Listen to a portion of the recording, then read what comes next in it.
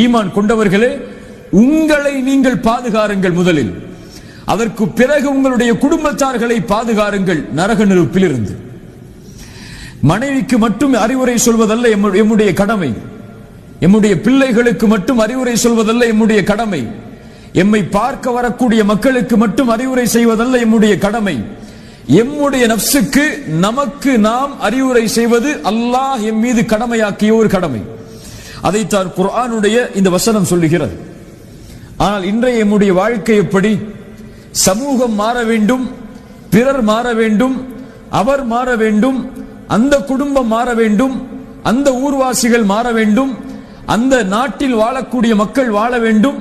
அப்படி மாறினால்தான் சமூகம் மாறும் என்று நாம் நினைக்கிறோம்.